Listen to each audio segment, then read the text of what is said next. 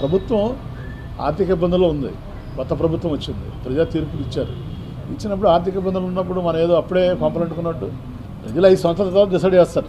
వాళ్ళు సూపర్ 6 అమలు చేశారా లేదా, వాళ్ళు ఇచ్చినటువంటి మేనిఫెస్టో అమలు చేశారా లేదా అనేది పీపుల్ విల్ డిసైడ్. మనం ప్రజలు మ్యాండేట్ ఇచ్చిన దానికి 5 సంవత్సరాలు ఇచ్చారు. రాష్ట్రపతి గారు చెప్పేవాళ్ళు ఏదైనా అడిగితే ప్రెస్ వాళ్ళు, సార్ మీరు ఇచ్చలేదు అంటే అవునయ్యా చేయలేదు, మాకు చేయమని 5 సంవత్సరాలు టైం ఇచ్చారు కదా, 5 ఏళ్ళ తర్వాత మీరు అడగండి మమ్మల్ని అని చెప్పేవాళ్ళు ఆయన రాజశేఖర్ గారు.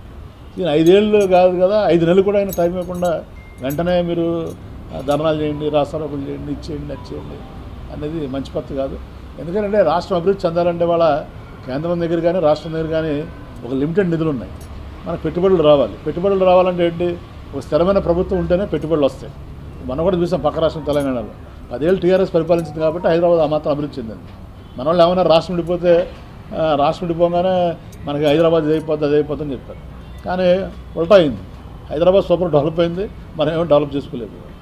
హైదరాబాద్ ఎందుకు డెవలప్ అయిందంటే 10 ఏళ్ళు స్థిరమైన ప్రభుత్వం ఉంది కాబట్టి. కాబట్టి ఇక్కడ కూడా మనం స్థిరమైన ప్రభుత్వం ఉంటే ఒక రాజధాని వస్తుంది, పెట్టుబడులు వస్తాయి, అభివృద్ధి వస్తుంది. సరే మన రాజకీయ విధానాలు వేరవచ్చు, మన అధికారం కోల్పోయిన బాధ ఉండొచ్చు.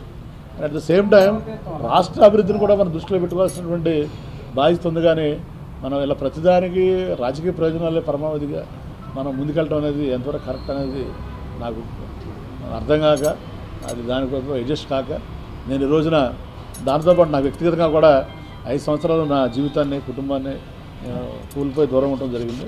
సో నాకు ఆ సమస్యలు కూడా ఉన్నాయి కాబట్టి మరి గౌరవ మన పార్టీ అధ్యక్షులు జగన్మోహన్ రెడ్డి గారికి మరి నా వ్యక్తిగత కారణాలతోటి